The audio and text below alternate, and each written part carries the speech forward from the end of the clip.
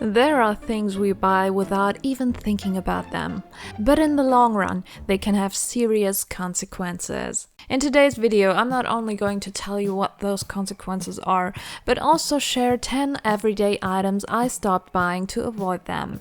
Ever since I cut these things out, I've been in a much better place. And I bet at least one of them will hit home for you too. Welcome to my channel. My name is Jasmine and I'm a singer-songwriter.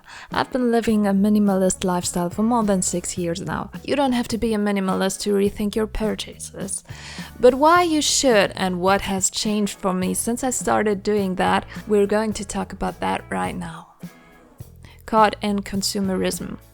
That used to be me. I was a real shopping victim, and unfortunately, it left its mark. I never had savings, and any bigger bill would instantly send me into a panic.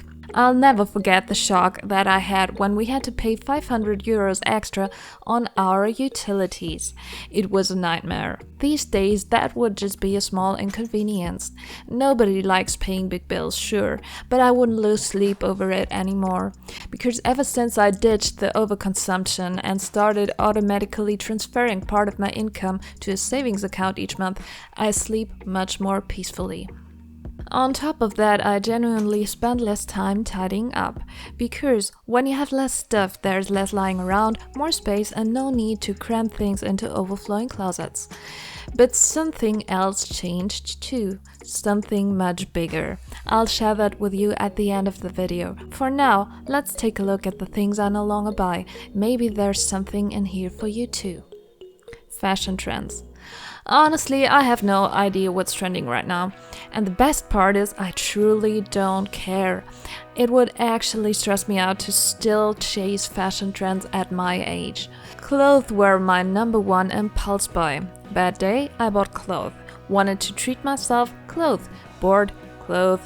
Sound familiar? Financially, it was a disaster, and all the stuff piling up in my closet became a burden. We live in a fast fashion society. Most companies churn out cheap, short-lived pieces. That's kind of sad when you think about all the time and effort that goes into making them. When I realized my expensive clothes were worth almost nothing secondhand, it really made me think. Looking back, that was my first step toward minimalism. Costume jewelry. I've always been a bit of a magpie. I love things that sparkle. Feels like Christmas. But this stuff never lasts. Within a year, sometimes even sooner, it's discolored, dull, and just looks bad. That's why I've mostly sworn off the bling. Magazines. Magazines can really add up without you noticing, and once you've read them, you almost never pick them up again. That means they just take up space.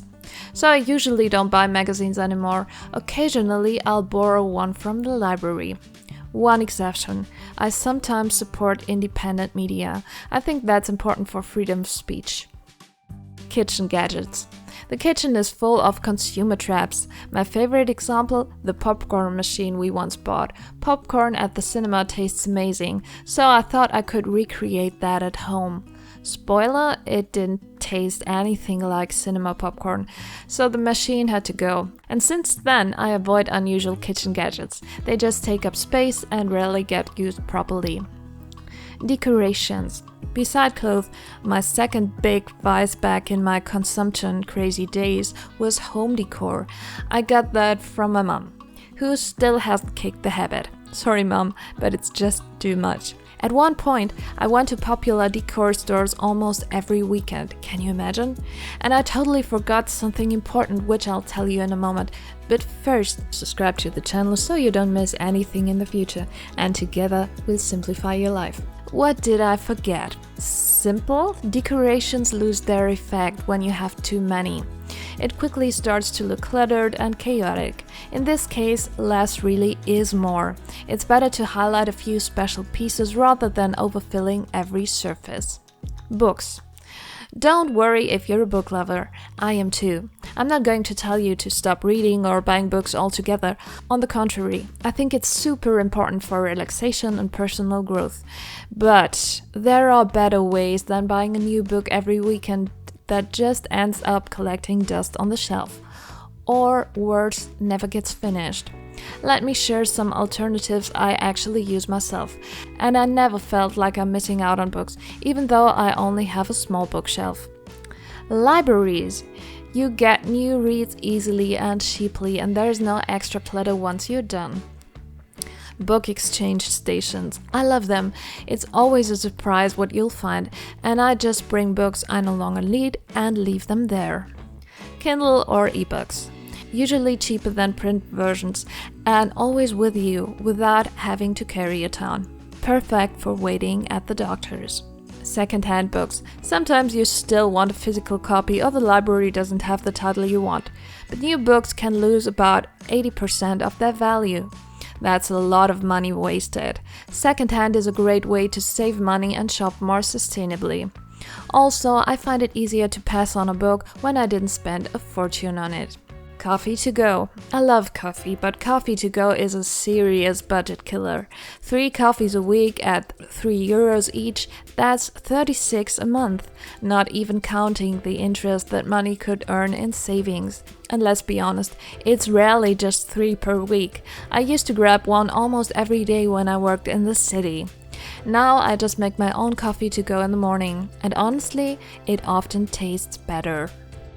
Ready-made meals. They might seem cheap, but if you break down the ingredients, they're often not.